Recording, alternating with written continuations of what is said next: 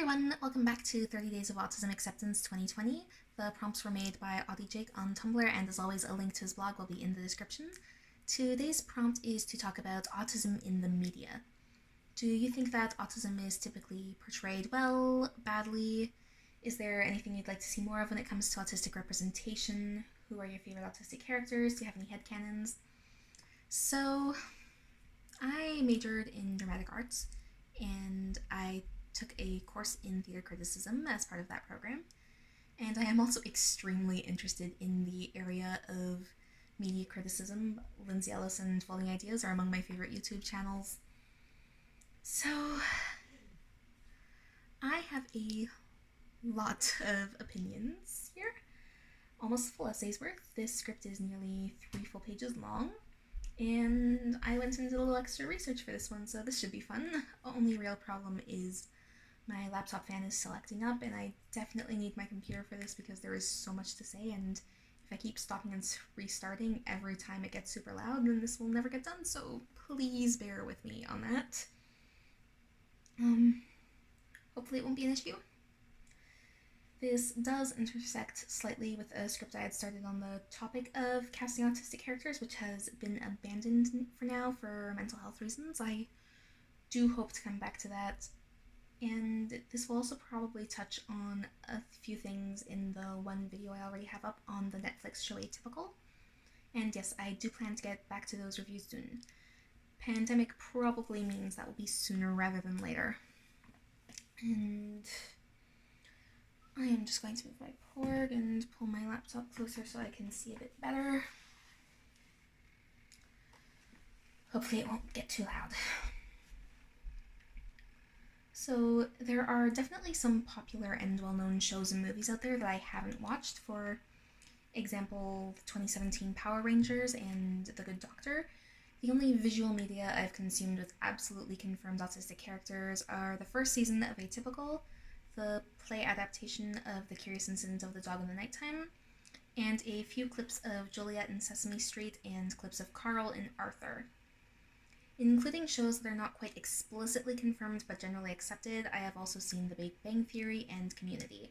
I've also seen a few episodes of The Bridge, a Scandinavian series in Danish and Swedish, and I need to clean my glasses, 1 second. Oh god, I'm more blind than I thought. There we go. Yeah, so a few episodes of The Bridge, a Scandinavian series in Danish and Swedish, and Sayonarain, I hope I'm pronouncing that right. I do not speak Swedish or Danish, though Danish is on my list and on my Duolingo. She's about as explicitly autistic as Abed and Sheldon are, so counting her as well. In addition to all of that, while I have not seen the play or read the script at all myself, about a year ago the play All in a Row came to my attention, and I do feel that, even without reading or seeing it, I have acquired more than sufficient knowledge to pass judgment on it, so I'm happy to include that little nightmare in my sample size. I will absolutely say that there is definitely not enough representation of autism, especially in terms of books, shows, and movies that are actually well known. I have actively looked, and there's a lovely list on Wikipedia that I took a look at. It wasn't very long, though. I will mostly be speaking in terms of movies while discussing that list, as that is the section that had the most entries, and some of the movies were adapted from books that were also on the list. The vast majority of the things on the list I've never heard of. I need my water, 1 second.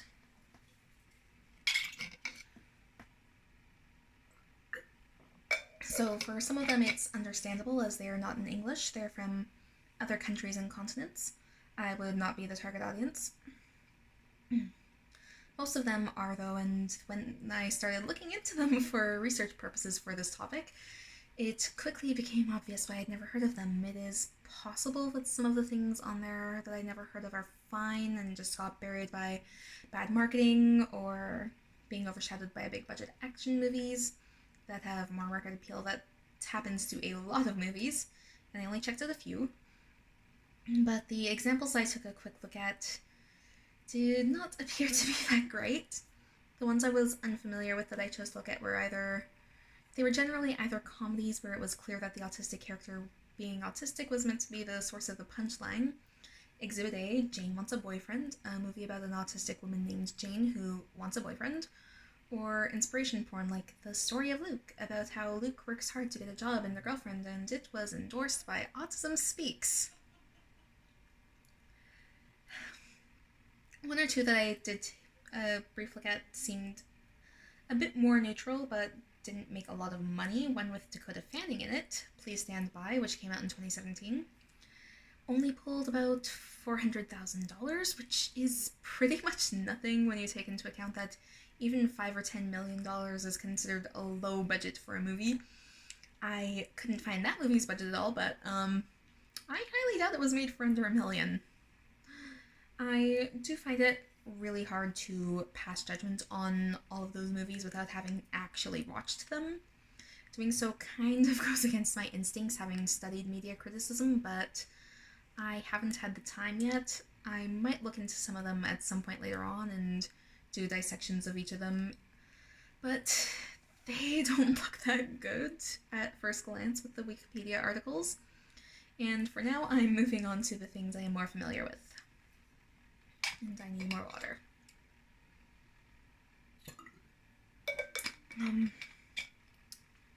Going off purely the things I do know, I would describe the way that autism is typically represented not so much as good or bad as it is frustratingly repetitive. It's often the exact same set of traits, which are then almost always applied to a white male, so, Sheldon Cooper, Christopher Boone, Sam Gardner. I don't want to comment on what I haven't seen, so I do not know how Sean Murphy or the characters from other things I haven't seen compare as far as traits and portrayals, but for example, Rain Man and Extremely Loud and Incredibly Close to that I've heard a lot of neurotypicals mention a lot, those are also white males. And that is very much a trend that drives me crazy. Sean, however, does appear to be a bit more positive, at least from what I've seen on Tumblr. Sheldon Cooper is probably the worst out of all of these. I was compared to Sheldon literally all the time in high school, and he is constantly a punchline, and he is frequently shown to be rude and self-centered. In the cases of Christopher Boone and Sam Gardner, my issues are more with the framing for Atypical. See the video I already have up on that for the first episode. And with Curious Incident, it's just a complete lack of care on the part of the author, and then of course that by extension got brought into the script for the play. Whereas with Sheldon and The Big Bang Theory, it's just straight up mean-spirited, which I have no problem saying that, because they're that mean-spirited with a lot of other things on the show too. For example, asexuality, which is a completely different discussion. But overall, it tends to be a lot of white guys that are quirky and socially awkward, and a lot of geniuses. Sheldon is a physicist. While I haven't seen The Good Doctor, I can put two and two together and know that Sean Murphy is a doctor.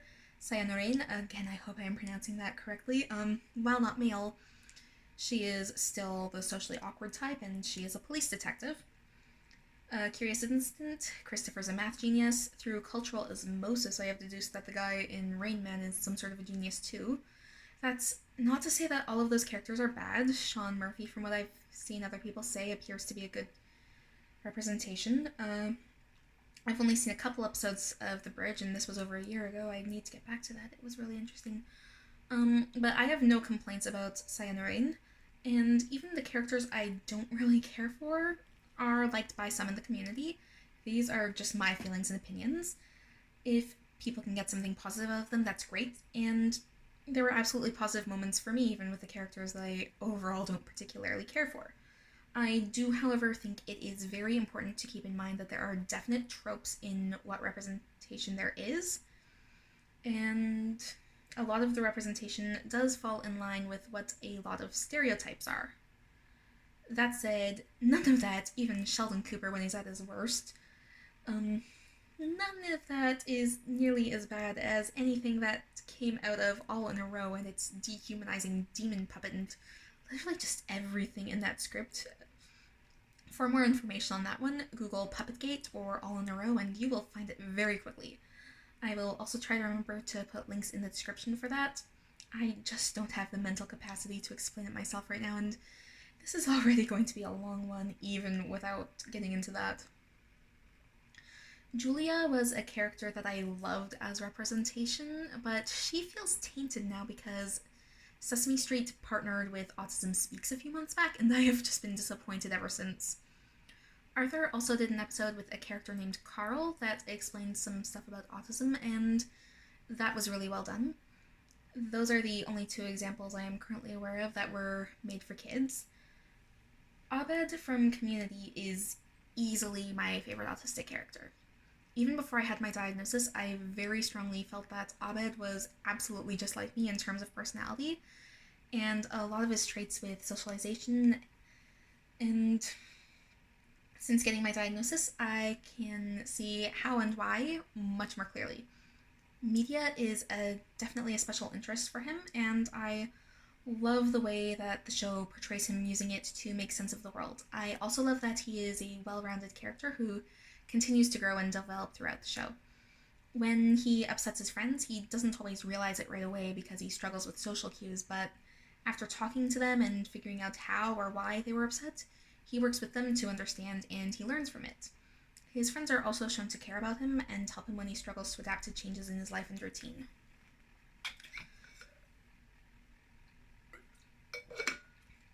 I do, of course, have my headcanons. The biggest one is definitely Elsa from Frozen, and full disclosure, I have a full essay of a script in progress on her being autistic. But suffice it to say for now that her character arc from the beginning of the first movie through to the end of the second movie pretty much perfectly mirrors my own journey with mental health and getting an autism diagnosis, and I will literally never stop crying over how perfectly the song Show Yourself captures literally every emotion I felt when I finally got the diagnosis. I'm hoping I can get the Frozen script ready for the anniversary of my diagnosis. If I could do that, it would be perfect, but that's just over a month away, so we'll see. Other headcanons I have are Anna, also from Frozen, Hiccup in How to Train Your Dragon, Cosette from Les Mis, Jo and Beth from Little Women, Rapunzel in Tangled, Belle from Beauty and the Beast, and Ariel from The Little Mermaid, and no, I have no shame whatsoever that so many of them are Disney princesses. What I would love to see more of for autism representation is just more representation in general, for a start, especially more mainstream representation. I would love to see more variety in the traits that are presented, and for more of the traits to be presented for what they are and not as something to mock for cheap comedy for a neurotypical audience. It can be comedic. Abed in Community is a great example of that, but it should be framed in a way that is positive and humanizing. I would also love to see more variety in the casting as well. More women, non-binary folk, and people of color. I haven't seen the 2017 Power Rangers yet, but I know that Billy wasn't white, and from what I've heard, he's another really good example of more positive representation. Overall, I think that more diversity and less of the same stereotypes is probably the gist of this. I like to think that we're heading in the right direction, slowly, and more input from the actually autistic community too. That would help with more positive representation. More autistic writers and actors being able to tell their own stories instead of neurotypicals pushing the same narrative over and over again. Anyway, this wound up being longer than my German essay, and there goes the laptop fan now. So I am going to say that that's enough for now. I managed to get through the full script before it acted up too much. That's great. I hope you enjoyed this. Thanks for watching, and I will see you again for tomorrow's video. Bye!